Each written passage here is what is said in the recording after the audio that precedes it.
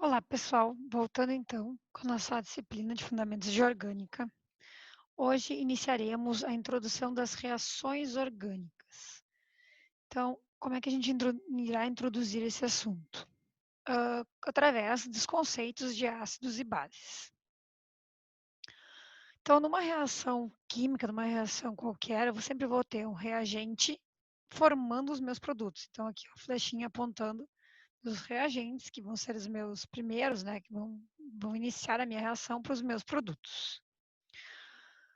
E entre o reagente e os produtos, eu vou ter a formação, né, um mecanismo da reação, ou seja, como que ela acontece. Então, ela vai ser a descrição dos eventos que ocorrem a nível molecular quando os reagentes são transformados em produtos. Então, eu tenho aqui um exemplo muito legal de reação, que é do nylon, a formação do nylon. O nylon é uma poliamida, um copolímero sintético, que pode ser sintetizado através da reação de condensação entre dois monômeros diferentes. Uma diamina, um 6-hexodiamina e um diáxido, que é o cloreto diadipoluído. Então, a gente percebe que, essa foto aqui ficou um pouquinho ruim, mas aqui tem um vídeo para quem quiser enxergar, que a gente vai ter duas fases nessa reação, e aqui no meio eu vou ter uma interface. E quando a gente puxa essa interface, eu vou ter a formação do nylon.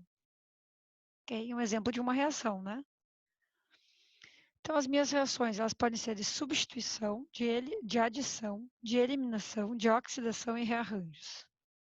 Então, de um modo simplificado, uma reação química é um fenômeno pelo qual uma ou mais substâncias são transformadas em outras e pode ser representado por uma equação química. Então, aquilo que eu escrevo é uma equação. Aquilo que eu enxergo no laboratório é uma reação.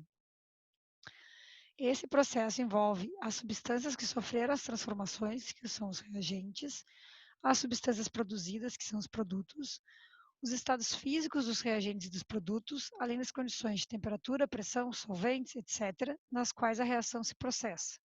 Então, a equação química deve ter a massa e as cargas devidamente balanceadas e pode ser escrita nas formas molecular, iônica ou iônica simplificada.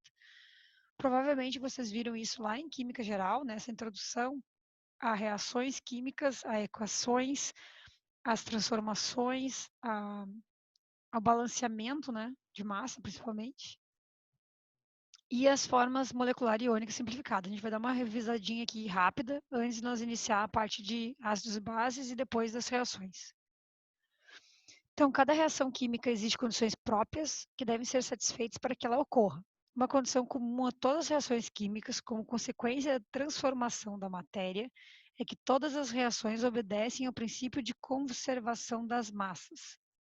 Lembra daquele ditado lá de Química Geral, que nada se ganha, nada se perde, tudo se transforma? Então, o que isso quer dizer? Se eu vou ter 4 carbonos nos meus reagentes, eu vou ter 4 carbonos nos meus produtos, só que transformados em outro produto, em outra substância.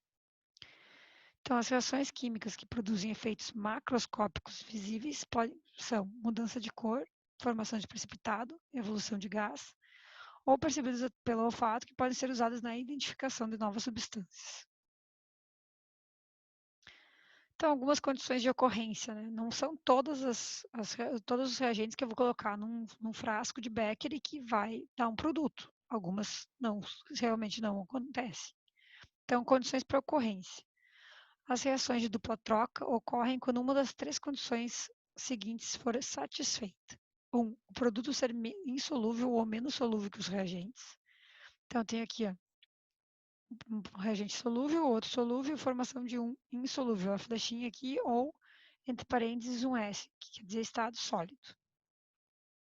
Um dos produtos for mais fraco ou menos ionizado que os reagentes, então eu tenho um ácido forte, né, nos meus reagentes, ou um ácido ionizável, originando um ácido fraco ou não ionizável, molecular.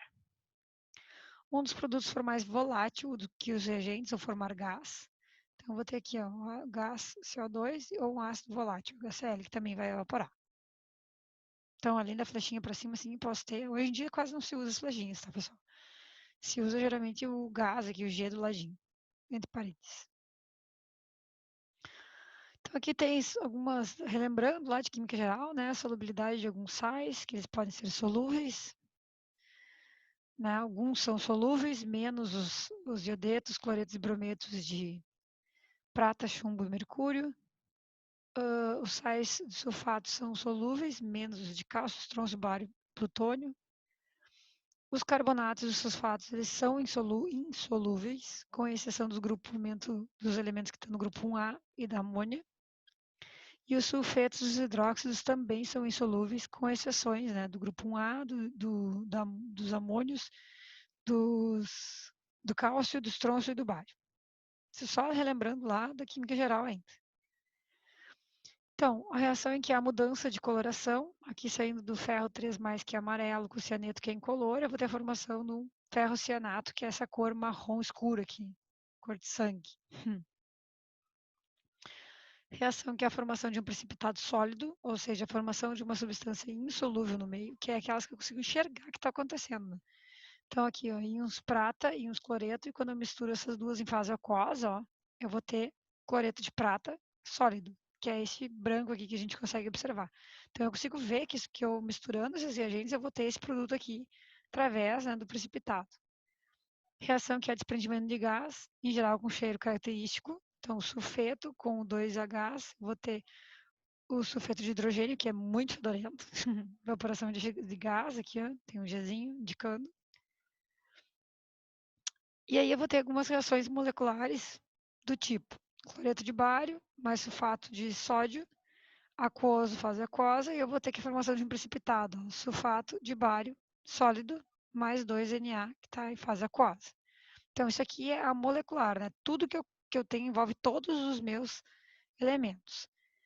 Na formação iônica, equação iônica, eu vou lá e separo esses meus elementos por íons. Então, cátio, bário, aqui o ânion, cloreto, e aí eu vou fazer toda a estequiometria da minha reação aqui de cima em forma de íons. E na equação iônica simplificada, opa, não sei como é que eu fiz isso, mas ok. Eu vou ter aqui só aqueles íons que me interessam. Ou seja, o bário, o sulfato, dando sulfato de bário. O resto eu vou conseguir anular, ó. Que legal. Eu vou cortar aqui o cloreto, porque eu tenho 2 cloretos desse lado e tenho 2 cloretos lá, ó. Corto. Eu vou cortar o sódio, porque eu vou ter um sódio aqui e 2 sódios aqui. Beleza, posso cortar. Então, o que eu vou ficar? Com aqueles que realmente reagiram, que é o bário, o sulfato, dando o meu sulfato de sódio, porque eu não posso cortar esses caras aqui, porque eles estão agora em forma sólida. Então, lembram lá das ligações, né? Elas vão estar bem próximas umas das outras no meu estado físico sólido, não posso cortar. Tá? Só para relembrar de química geral, tá, pessoal? Então, reações de substituição ocorrem quando uma substituição de um grupo por outro. Característico de compostos saturados, tais como alcanos e aletos de alquilo. Tem aqui um cloro, ligado a um clorometano, mais o NaOH, e eu vou ter aqui a dupla troca, né? O Cl pelo OH e o Na, então um cátion e um ânion, um cátion e um ânion, e eu vou trocar eles. Então, vou ter o cátion no primeiro, com o ânion no segundo, e formação de cloreto de sódio. Reação de adição é a soma de um composto em outro, característico de compostos com ligações múltiplas. Então, aqui eu tenho 2 bromos, né? Aqui eu tenho um eteno, uma dupla ligação, vou entrar um bromo em cada cloro, quebrando essa ligação dupla. No final, eu vou ter 2 de bromo etano. Então, eu estou adicionando. Eliminação é o contrário, é o oposto da reação de adição, pois são eliminados átomos das moléculas. É um modo de preparo de compostos de dupla e de tripla ligação. Então, aqui eu tenho o bromo, e eu vou retirar este bromo e este hidrogênio aqui, vou formar uma dupla ligação. E as de rearranjo, na verdade, elas não são uma reação, elas são uma reorganização da molécula. Então, eu tenho aqui, né, que a gente vai ver depois, lá em reações químicas, que a estabilidade desse cara aqui, com essa dupla final, terminal, é menor que quando ela está aqui no meio. Então, a molécula, desculpe, ela vai se rearranjar para maior estabilidade.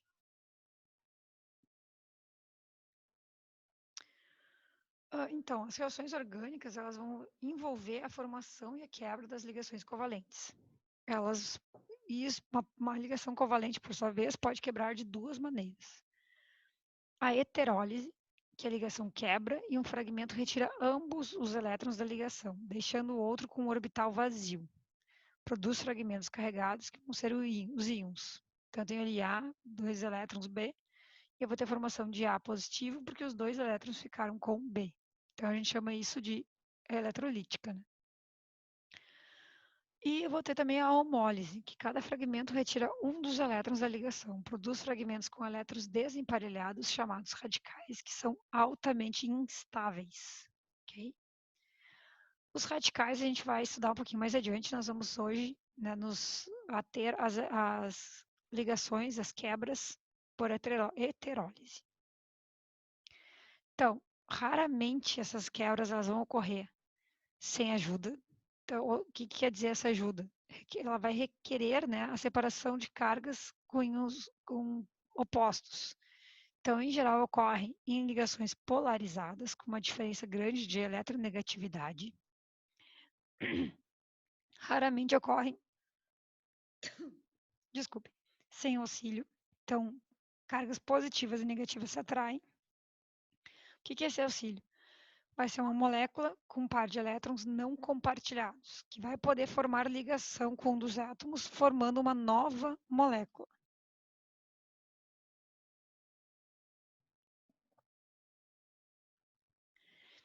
E como é que eu sei ainda, né, que uma reação ácido-base aconteceu? Bom, pelo sabor, utilização de papel tornassol, papel indicador, de indicadores de reação ou utilização do pH-metro. Que eu tenho, né, as faixas de pH, quando eu uso um indicador, fenolftaleína, enfim, vários outros, né, bromotimol. E aqui o suco de repolho roxo, quem quiser fazer em casa, só vai ver o repolho roxo, ele vai ficar com a coloração bem escura. E aí, se eu adicionar aqui ó, na Coca-Cola, eu vou ver que vai ter mais ou menos, né, uma coloração. Se eu adicionar aqui em ácido, né, pode ser, enfim, esses antiácidos que a gente tem em casa, coloca aqui, vai dar uma coloração mais verde. E aí ele muda, é bem, bem interessante. Tem bastante link na internet, tá, sobre isso, quem quiser fazer o experimento. Então, somente no final do século XX surgiram as primeiras ideias bem-sucedidas que relacionavam uma estrutura química com propriedades ácidas e básicas. Em 1884 surgiu Arrhenius, em 1923 Johannes Bronsted e Thomas Lowry, e em 1923 a teoria de Lewis, que é a mais utilizada, pois abrange todos os tipos de ligação ácido-base. Então, a primeira reação, a primeira teoria das teorias ácidos-bases vai ser a de Arrhenius, que vai ser a primeira.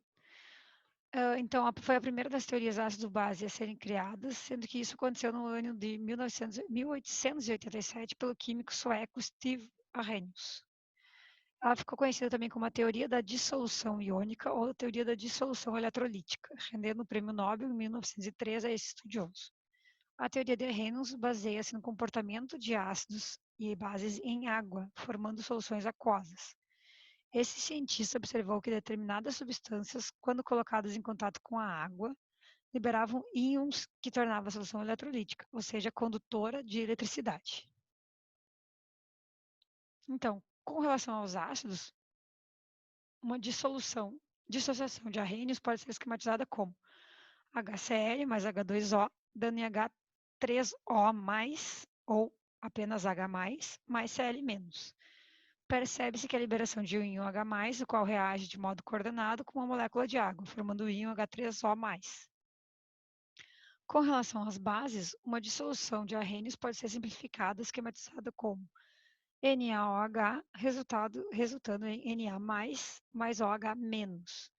Percebe-se que uma separação entre os íons já existentes na molécula da base, sendo um desses íons responsável pela sua classificação, que é o íon hidróxido, que é o OH-. Uma neutralização, por sua vez, seria a formação de moléculas de água a partir da reação de um íon H+ proveniente do ácido e de um íon OH- proveniente da base, conforme demonstrado abaixo. Então, H+ mais OH-, resultando em água. No entanto, os cientistas perceberam que os ácidos e a bases também reagiam em meios não aquosos, por isso eram necessárias outras teorias ácido-base que não se limitassem à presença de água. Aí vem uma das teorias, que vai ser de Bronsted-Lowry. Então, envolve a transferência de prótons. Ácido vai ser uma espécie que pode doar ou perder um próton. E a base vai ser uma espécie que pode receber ou remover um próton. Então, vou ter aqui um exemplo, né? H2O vai ser a minha base receptora, né, de próton. O HCl vai ser o ácido, por quê? Porque ele vai doar este H, olha aqui, ó. Fica o Cl, eu olho aqui o HCl, fica esse Cl aqui sozinho. Então, se esse Cl está sozinho, este cara aqui doou o H. Se ele doa o H, ele vai ser um ácido de Bronces-Lowry. Já este cara aqui, que vai ser a água, ó, ele vai receber aquele H deste cara aqui. Então, se ele recebeu o H, ele vai ser uma base de Bronces-Lowry, ok? Então, o cloreto de hidrogênio, HCl, doa um próton H, que vai atuar como um ácido de Bronces-Lowry. A água, por sua vez, vai receber este H. Quando ela recebe este H, ela vai ser uma base de Bronces-Lowry. Sempre eu vou ter uma base e um ácido, e subsequente aqui a formação, né, nos meus produtos, um ácido conjugado e uma base conjugada. Então, se o HCl é meu ácido, o Cl vai ser a base conjugada deste ácido. Se a água que vai receber, né, o próton vai ser a base, então o ácido formado lá, H3O+, vai ser o ácido conjugado desta base. Então, base conjugada, a molécula ou íon que se forma quando o ácido perde o seu próton. Então, ácido perde o próton, forma a base conjugada. Ácido conjugado, a molécula ou íon que se forma quando a base recebe um próton. Então, ácido conjugado, a molécula ou íon que se forma quando a base recebeu o próton.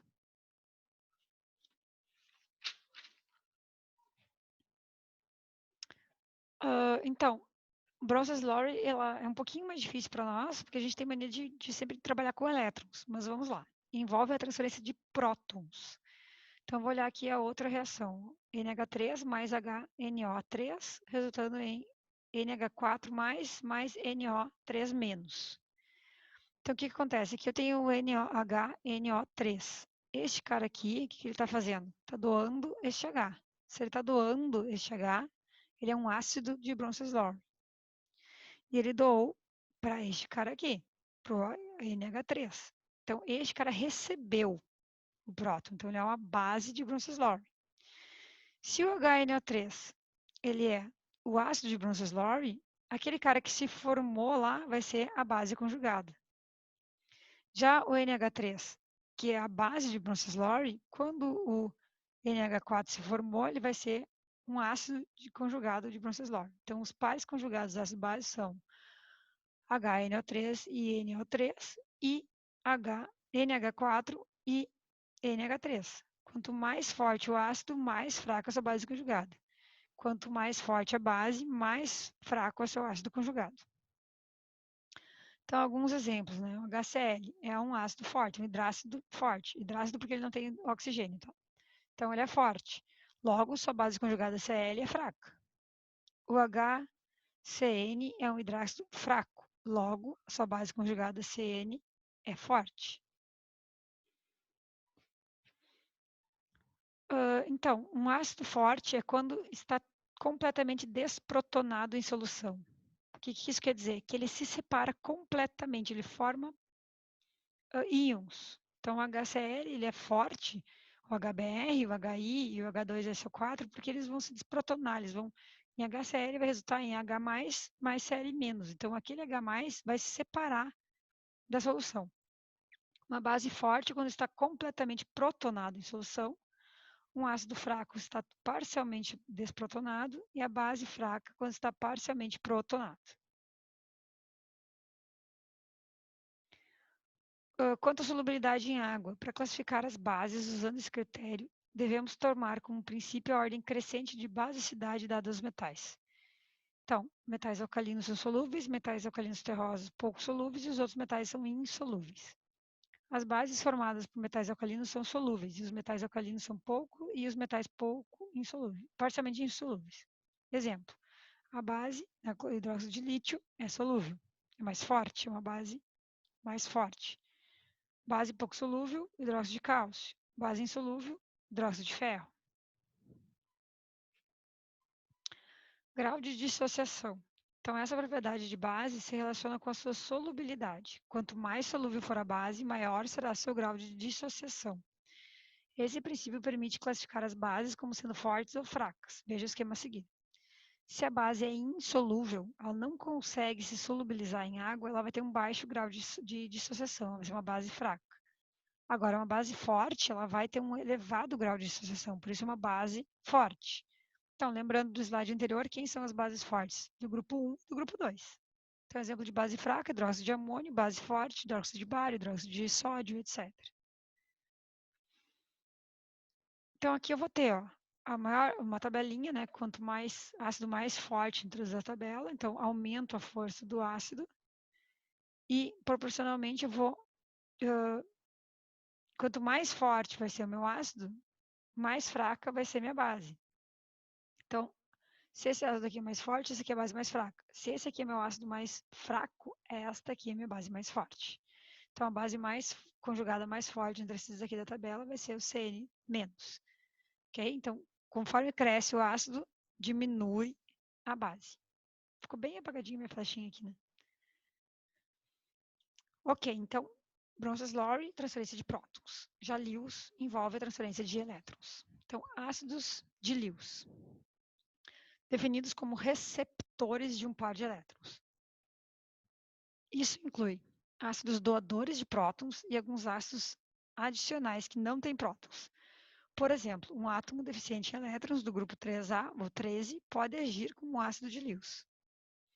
Então, qualquer átomo deficiente em elétrons pode atuar como ácido de Lewis. Já as bases são definidas como doadores de pares de elétrons. Então, eu tenho aqui um exemplo, né? O HCl. O que acontece na molécula de HCl? Vamos observar só ela. Cl extremamente negativo, né? Eletronegativo, tem uma tendência negativa, olha ali. Então, o que acontece? Quando ele quer quebrar essa molécula, ele vai ficar com os elétrons e chegar. E este cara tem uma tendência positiva. Então, NH3, o N está no grupo 15, vai formar 3 ligações com o hidrogênio e ele vai ficar com um par de elétrons. Então, esta base de Lewis, por quê? Porque ele vai doar o par de elétrons, vai pegar e chegar aqui para doar o par de elétrons para ele, formando então o Cl-, que é aquele cara que roubou os elétrons, ficou negativo, mais o HNH3, ok? Então, minha base vai ser esse cara aqui, que está doando o par de elétrons. E aqui, o alumínio está no grupo 13, então ele é deficiente em elétrons. O que vai acontecer? A amônia, que vai ser uma base de Lewis, uma doadora de pares de elétrons, vai doar elétrons para esse ácido aqui, para esse alumínio que está carente de elétrons. Então, ele vai ser um receptor, então ele vai ser um ácido de Lewis. Então, aqui está mostrando as setas. Ó. A gente vai começar a desenvolver os conceitos com setas. Então, uma seta curva indica onde o par de elétrons parte. Olha, aqui está partindo desse O, que vai ser uma base de Lewis, porque eu tenho um par de elétrons para doar. Vai doar para o meu alumínio. Então, ele está saindo daqui e está vindo para cá. Ó. Tá? E aí, meu produto. A amônia, quando ela está em reação com o borano, que também é do grupo 13, né, o boro, ela vai doar os elétrons. Quando ela doa, ela é uma base de Lewis, esse cara que recebe vai ser um ácido de Lewis. Então, umas dicas, né, de ácidos de Lewis. Todos os cátions, que são espécies positivas, pois perderam elétrons, são ácidos de Lewis, tendo em vista que são deficientes em elétrons e normalmente podem aceitar elétrons para formar ligações. Uns exemplos, né, lítio, sódio, cálcio, etc. Todos os compostos cujo átomo central não tem o octeto completo são capazes de receber elétrons para completar esse octeto. Aqui o boro e o alumínio. São deficientes em elétrons, então eles podem receber. Bases de Lewis. Todos os ânions, espécies negativas, pois ganharam elétrons, são espécies ricas em elétrons, podendo fornecê-los para outra espécie. Flúor, cloro, iodo, etc. E todos os compostos cujo átomo central tem um ou mais pares de elétrons não compartilhados ou livres, pois podem doar esses elétrons a uma espécie deficiente. Água, amônia, olha aqui, a molécula de água tem 2 parzinhos, então ela pode doar esses pares. O fósforo pode doar, assim como a amônia, né, para alguém. Então aqui botei alguns resumos, eu espero que vocês façam os resuminhos de vocês, né, num caderno, numa folha, para os conceitos serem melhores absorvidos. Então, arrênios. Vamos relembrar lá. Um ácido é toda substância que em uma solução aquosa sofre ionização, produzindo como cátion apenas o íon H+. Base ou hidróxido. Toda substância que em solução aquosa sofre dissociação iônica, libertando como ânion apenas o íon hidroxila, OH-. Bronsted-Lowry. Ácido é toda espécie química capaz de doar um próton, principalmente o H+. E a base, toda espécie química capaz de receber o próton. Então, aquele que doa o próton vai ser o ácido, aquele que recebe vai ser a base. O ácido conjugado sempre vai ter uma base conjugada. Então, quando perde o H do ácido conjugado, ele vira a base conjugada.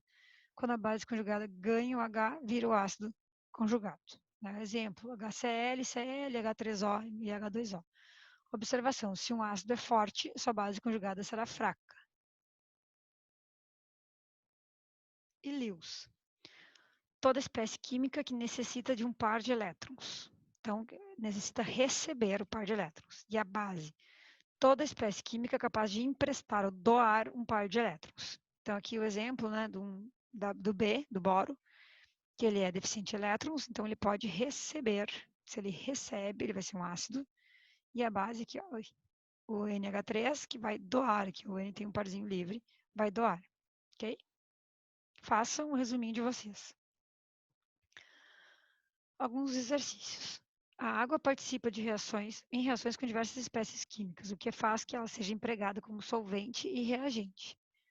Além disso, ela toma parte em muitos processos, formando espécies intermediárias e mais reativas. Então, eu tenho aqui 3 reações envolvendo a água, as moléculas de água. De acordo com a teoria de ácidos e bases de Bronsted-Lowry, a classificação correta da água nas equações 1, 2 e 3 é. Então, o que eu tenho que lembrar lá de Bronsted-Lowry? Vou primeiro olhar aqui, a molécula de água. Bronsted-Lowry, um ácido pode doar ou perder prótons. Então, classificação da água aqui na primeira. HNO2 mais água, resultando em NO2 menos mais H3O. O que aconteceu? A água, ela recebeu um próton da molécula de ácido aqui. Se ela recebe um próton, ela vai estar agindo como uma base de Bronsted-Lowry. Na 2, NH3 mais água, resultando em NH4 mais OH-. Agora, o que aconteceu? Ela doou, né, uma molécula de H, um próton, para o NH3. Se ela doou, ela vai ser um ácido de Bronsted-Lowry. Na 3, a molécula de água novamente doou um hidrogênio, um próton, para o O2. Então, se ela doou, ela vai ser um ácido de Bronsted-Lowry. Então, base, ácido, ácido. Vou dar a resposta que dá 8 sem querer. Então, os melhores doadores de prótons que outros, existem melhores doadores de prótons que outros, e algumas bases são melhores receptoras de prótons que outros. Segundo Bronsted-Lowry, por exemplo, o HCl é um bom doador de prótons, considerado um ácido forte. De acordo com Bronsted, pode-se afirmar.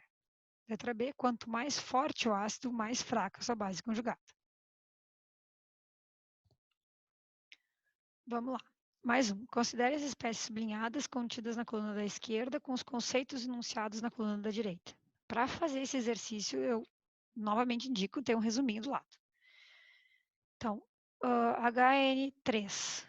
HN3, ele pode ser tanto uma base de Lewis, né, que a gente acabou de ver, porque é o doador de elétrons, correto?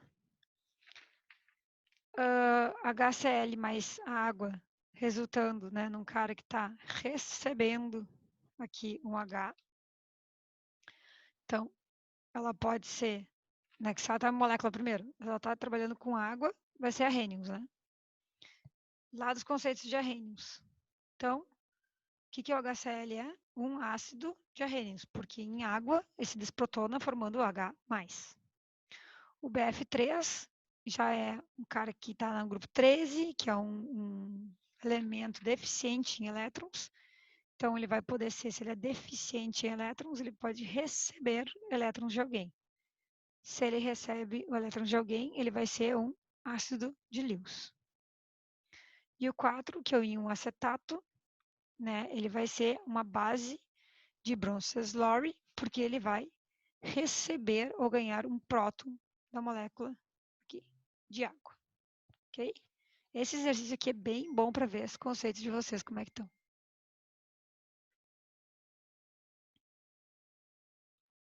Então, a heterólise, como a gente já viu, né, a ligação quebra e um fragmento retira ambos os elétrons da ligação, deixando o outro com o orbital vazio.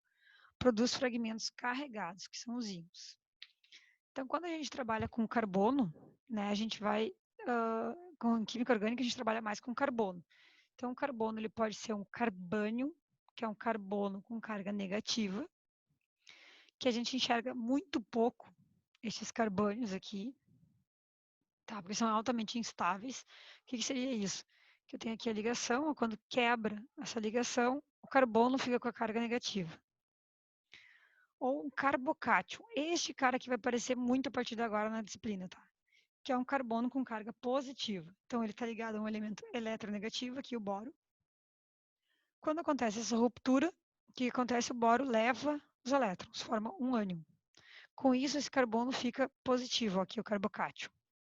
Então, o carbocátion, ele é extremamente reagente, ele vai procurar elétrons.